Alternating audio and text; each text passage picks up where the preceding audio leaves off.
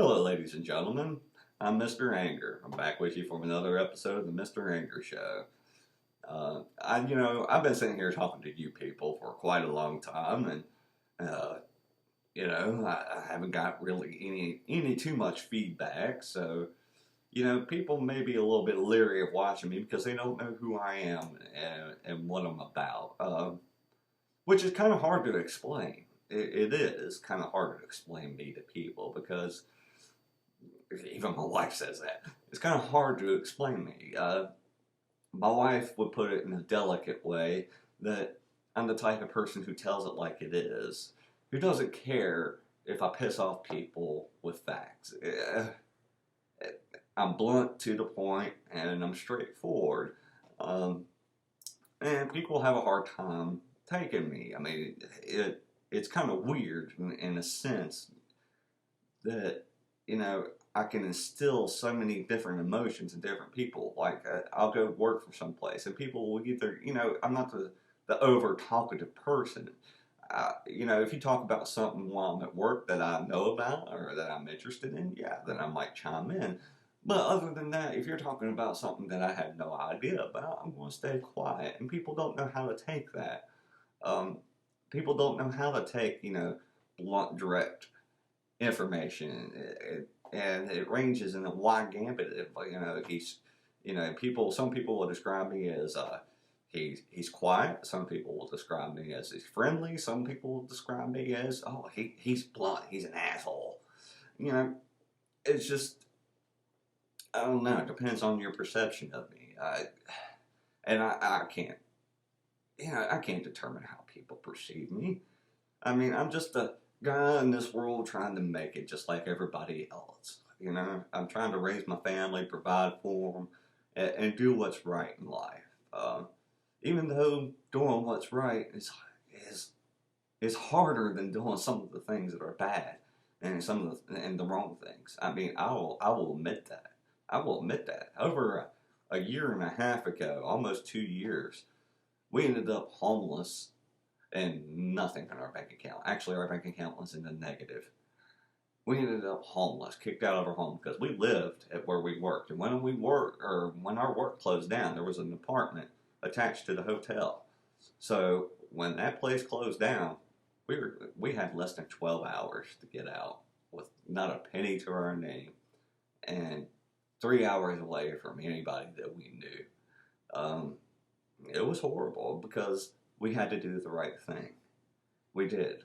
We were running a hotel that we thought was going to be our golden opportunity. We went up there to run it, but it ended up just being me and my wife running a hotel 24 hours a day, 7 days a week, in charge of maintenance, housekeeping, everything, finances, uh, everything, customer service. We did it all. We did it all. And this place, it was a deception. It was. It was. We were deceived. It carried a corporate name, which we thought would hold up to corporate values and corporate, you know, when you're dealing with a corporation, they have certain qualities of standards that must be applied, or else they drop the corporate name. So we were deceived. We were only shown 3 rooms that were the best rooms, and we thought this was our opportunity. We were doing just fine before then, though. We were paying our bills, but then again, we saw this opportunity as, hey, this is an opportunity for us to actually start saving for our future, saving for our kids. And by being deceived, we ended up in a mess. We did. We did. Um, the 3 rooms that we were shown were the best rooms. And even at the best rooms, even when I went in to see those, I was like, it's okay, but we can improve it. It's nothing major. It's nothing that we can't overcome, but we can improve it. I mean, it wasn't terribly bad. It wasn't horrible. It wasn't bad, but it wasn't, up to our standards. Um, but once we got there and we saw the rest of the hotel, we had raw sewage flowing out in the backyard. There was viral fungus throughout the hotel. And the owner, even though all this was going on, rodent problems, fungus problems, water leaks. Oh my goodness, we fixed 52 water leaks within the first day. No, well, it was the first 2 days actually. 52 water leaks. That's just in one little building. One little building. We had several other buildings to go through. I think by the time we were done with it, there was over 200 water leaks that we had to fix because people didn't know how to run the place. Water heater that was busted that went out shortly after we arrived. Yeah, we were deceived very badly. And it was to a point where, we knew what was going on and that renting out rooms to people was a potential risk not only to the owner but to us. Because knowing what was going on and somebody stays in there and gets sick, knowing what we know, we could get in trouble. I've tried and tried and tried to get the owner to do the right thing for months. For months. And after months of being lied to, months of being deceived, and I had no choice. I had to call, and because my family lived there. My family, that's my daughters. My job as a father is to protect them from all dangers that I can possibly can, and I had put them inadvertently in danger. They have allergies bad enough as it is, much less being around viral fungi that the EPA came in and says you can't go in certain rooms without a mask. It was horrible. So I had no choice but to call, and complain to the health board and to the health organizations because the owner failed to do the right things. And for that, we ended up paying the ultimate price. It took us a while to bounce back. It took us about 5 months to bounce back. I've been to college. I thought getting a college degree would be great. I got my degree in media. But around here, a degree in media is about as useless as anything. I mean, it didn't open up any doors or any opportunities. I believed in the American dream at one time. I went to school, did the right things, graduated, and thought, hey, the world is my oyster. No, it doesn't work like that. It doesn't work like that. I bought into it so much that I went out and I traded in my old 200,000. It had over 200,000 mile car so that I could have a reliable car. And got stuck with car payment. Pretty much is all I got stuck with.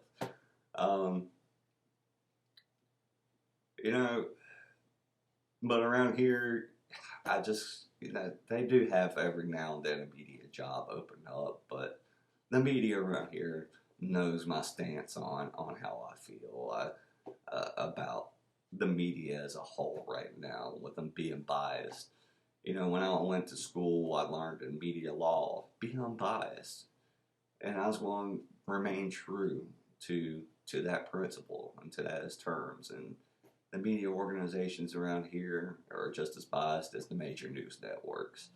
So it came down to, would I want to sell my integrity? No, I don't want to sell my integrity. And for pretty much a little bit, it's a little bit better than minimum wage, but for the length and distance that I have to travel to get to these jobs, it wasn't worth the money. It wasn't worth the money. So here we are in Virginia, trying to make a living, trying to provide, working at retail jobs and trying to make it. We struggle, but that's okay. We've made it through and we'll always make it through because I'll make sure of that. My kids are not going to suffer. They will never suffer. I've always prided myself on that fact. They will never suffer for our mistakes. I got a degree in something that's not going to help us here. I know this now. But, because I can't give them the future that I thought I could, doesn't mean my kids should suffer. I haven't eaten 3 meals in about 13, 14 years. I eat 1 meal a day. Why? Because my kids will not suffer because I failed to do my job as a father. And it's not complaining. It's not. I don't care. I'll eat a meal for the rest of my life, knowing as long as I know that my girls are happy, they get what they want, and they get 3 square meals a day and snacks and whatever they want. I will die happy. I'll die of malnutrition and not give a damn. That's just the type of person that I am. But around here, when I was younger, I didn't experience a whole lot of different cultures or anything. I mean, around here, it's pretty basic. There's not much diversity around here. And diversity and racial issues were never an issue with my family because my family has a whole range of different people. And that's fine.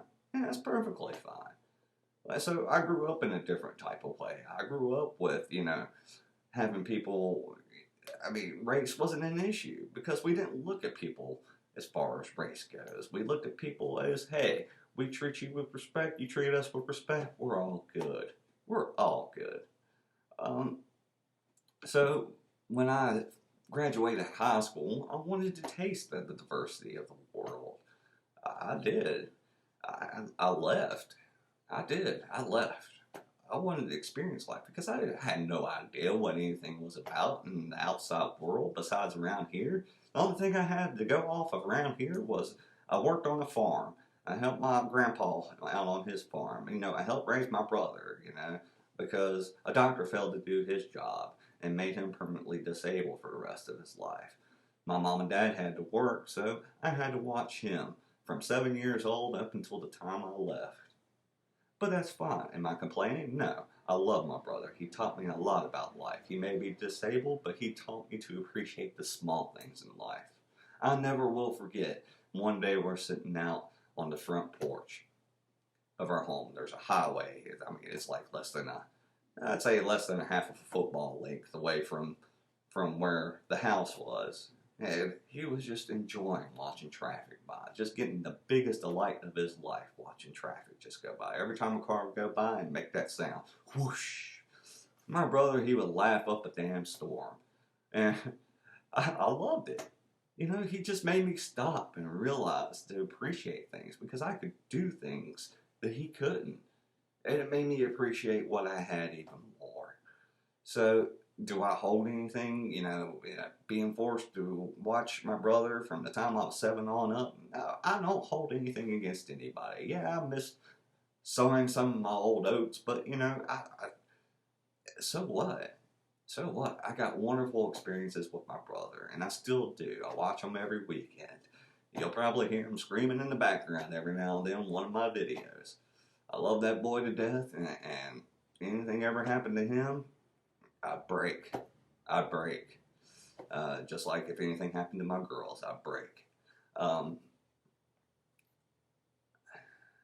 So I left, because all I experienced was sawmill farms, and that was it when I was younger. I wanted to experience the world, experience different cultures and diversities. So I moved to bigger cities where I could, and I traveled quite a bit. Hung out with people that, I went to a gay club. That was a rarity. You never heard of a gay club around here until about 5-10 years ago. You didn't. And I went to a gay club, made some friends that were gay. I went to, I went to Mardi Gras. I've been all over the place to experience different cultures. Chinatown. But then, when I went to Chinatown, I actually did go to China. I went to Hong Kong and Beijing, and it was a wonderful time. One of the most wonderful experiences that I had, because when I go someplace, I immerse myself in that culture because I want to experience it. I do. And when I was over in Beijing and Hong Kong, oh man, some of the most beautiful sights I've ever seen was at a Buddhist temple. Oh, it was beautiful. The gold Buddha, it was giant, and it had these round, I don't know what you call them, they're round or gold. They told me when I was there, it's been a while since I've been there, so forgive me. They're round, and you spin them. They had those, it reminds me of a totem, so I'm just going to call them a totem from right now. So forgive me for my ignorance for right now. If you feel the need to, correct me in the comments section below. But I enjoyed it. I mean, the only thing that I had a little bit of problem was we went there on Chinese New Year's, and it's tradition to burn incense. And you talking about incense? They had incense bigger than this cup that I hold in my hand. I mean, huge incense, all burning at once. Now that did get a little bit strong and potent. It made my eyes burn at one time once I got close to the incense burner. I mean, they had a huge pot. This pot was probably bigger than a car, just full of incense burning. But it was a wonderful culture. It was. And I immersed myself into it because I wanted to enjoy it. I wanted to experience it, to think outside the box, to to to live how they live. I loved it. You know, I didn't go to just the touristy sites. No, I make a purpose to go to the places where people are not supposed to go or told not to go because I wanted to experience things. And I did it throughout my life. And I really enjoyed it. I really enjoyed it. I've experienced Indian culture. I've experienced Native American culture. I've experienced all sorts of different cultures. All sorts. Japanese, Chinese, uh, Mexican. I've been to Mexico a couple of times. I've enjoyed it. I'll never will forget going down to Mexico. Got into a cab. Was going to to the airport to come back, and the cab driver he sat there and he saw a Mustang. I say it was probably about a back then it was about a 2000 model Mustang. He asked me, he says, how much would that cost in the United States? I said, oh, about 20, 25, depending on what model it is. He says, we'll never make that in our entire lives. And I just thought, wow, you know, just seeing and experiencing those different things, it was amazing. It was wonderful. It was wonderful. Now that I'm back in Virginia, I miss it. I miss it. Oh my goodness. I worked for a Jewish restaurant one time, and oh my goodness, they had the best shawarma. Oh my, oh my, oh my, oh my, oh my. You never tasted shawarma like this. Oh, mm. Oh yeah, it was very kosher. They had to keep the meats separated from one another. You know, no dairy. Oh, and these people were really nice too. They were from Israel. And they were very nice. To Phil, a good friend of mine, he's from Afghanistan. Uh, I mean, I've experienced so much in my life, and I've enjoyed it. So it broadened my horizons. It opened me up because I had no idea what I wanted to do once I graduated high school. I had absolutely no idea because of the limited experiences we had around here. And so by going out into the world and venturing around and experiencing these different cultures and these different types of jobs and industries, I found out what I wanted to do. I wanted to be in media because when I watch movies, you know, I turn off emotions quite a bit. I do. I turn them off because emotions they lead to bad places, you know, or to places that I don't want to go. Oh goodness gracious! Of course, while I'm doing the video, everybody and their brother decides to call, right? Yeah, I hear you. Keep ringing. Come on, give it to me. Hello. Are you gonna stop anytime soon? I'll get you here in a moment. Oh my goodness, phone. I'm about to break a phone. Sorry, I was looking over at my cat. He's looking at me like, aren't you going to get that? I was just like, no, not right at the moment. But, you know, I got to experience, and I wanted to do media. And when I turn off my emotions, I do it because it seems heartless and cruel, but it's not meant to be. It's meant to separate a driving force that I realized at a young age could be a detriment to people as a whole. You know, you could get over involved in the emotion of love, skip work to be with the person you love, and do stupid stuff. I mean, love can make you do stupid things. Hatred can make you do stupid things. And when I experience emotion, I experience it deeply. So I've learned to cut it off and then turn it on.